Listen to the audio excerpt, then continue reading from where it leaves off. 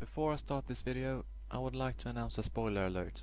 If you've not completely seen the movie, you should definitely turn away now, or forever be spoiled. Anyways, you have been warned, now let's get on with it. Welcome back guys, it's Arcus here again. I'm here with another movie review, and this time I'm reviewing Wonder Woman, which premiered in 2017. So, if you don't know, this is the origin story of Wonder Woman, and it's set in the 1940s/50s because it's set during World War II.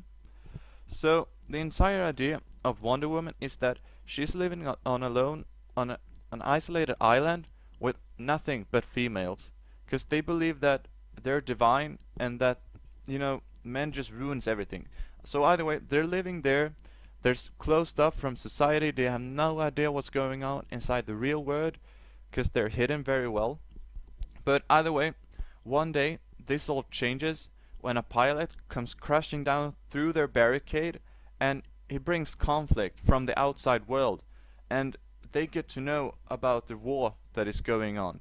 So the main characters, which is Diana, she plays Wonder Woman, if you would call it, and all of these women that live inside this island, they sort of have the same powers, almost, if you would call it. They're incredibly strong, and they're just built differently from normal humans, if you would call them.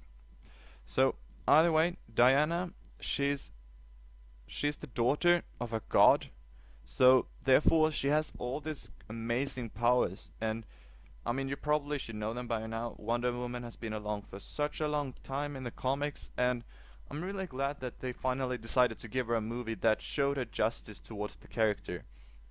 Because they've tried sometimes before in the past. I think they have had a couple of miniseries with her, but they did not get accepted as well by the audience. But this movie, it was really great, and it was really a surprise for me actually, because she's a DC character, and it's sort of been a running gag for some time now that DC, they've just had trouble with making their movies, because they have this Batman versus Superman movie which totally failed, and sure, Wonder Woman did make an appearance in it, and I actually think that's really clever of them, just to hint her a bit to see how the audience would react to her if they would like to see a solo movie of her.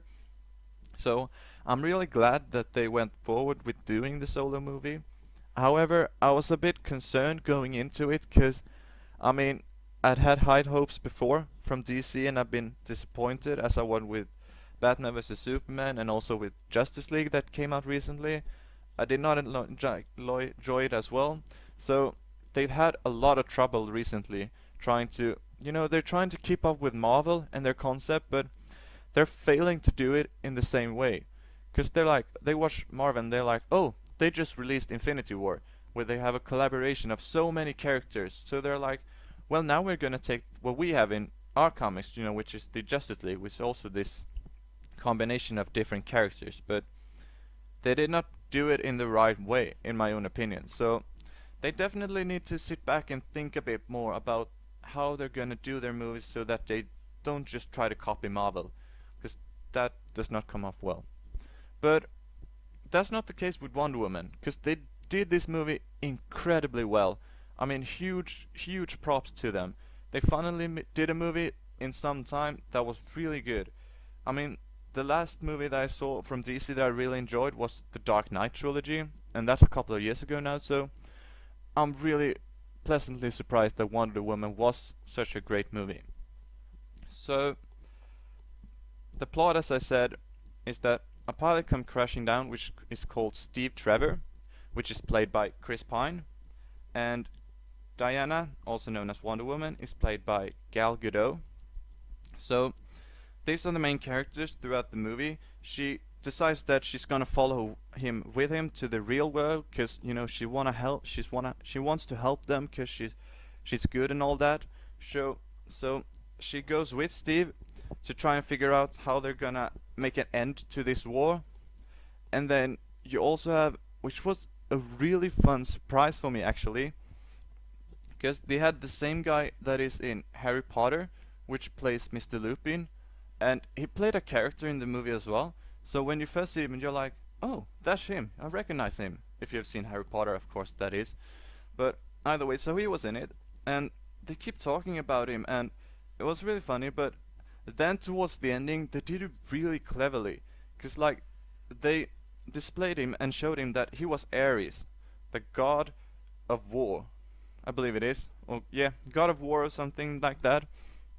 So he's Ares and he's evil and all that. He's trying to fight Wonder Woman. She's, you know, he's all that. So in the end of the movie, they have this really badass fighting scene between the two in an airfield, and it's a really sad moment because Steve Trevor, he sacrifices himself by, all of the.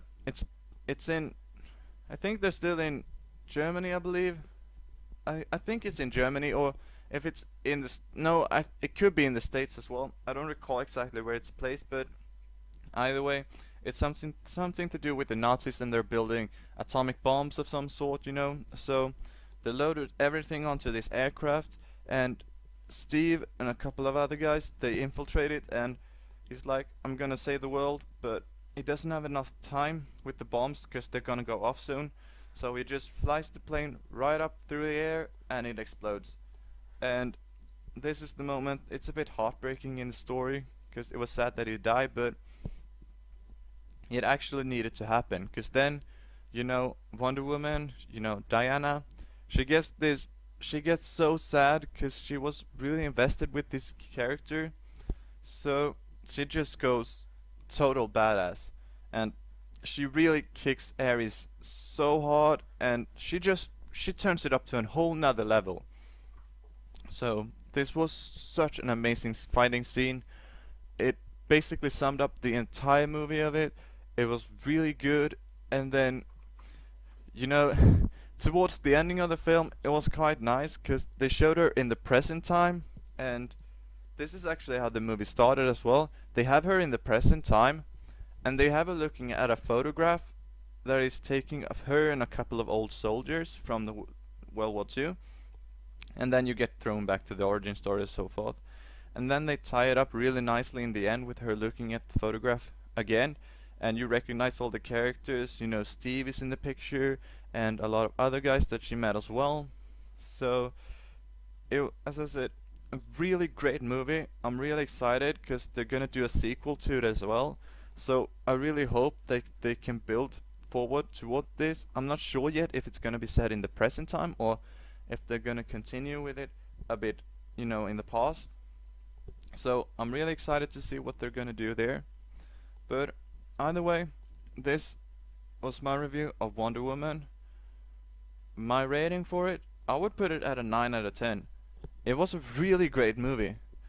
Great storyline throughout the entire movie, and it was a really pleasant surprise seeing how well they portrayed Wonder Woman in a movie. So, definitely recommend you go see this one. So there you have it. As always, if you got any questions or thoughts or anything you want me to review next, just leave a comment down below and I'll see what I can do. Until next time, bye!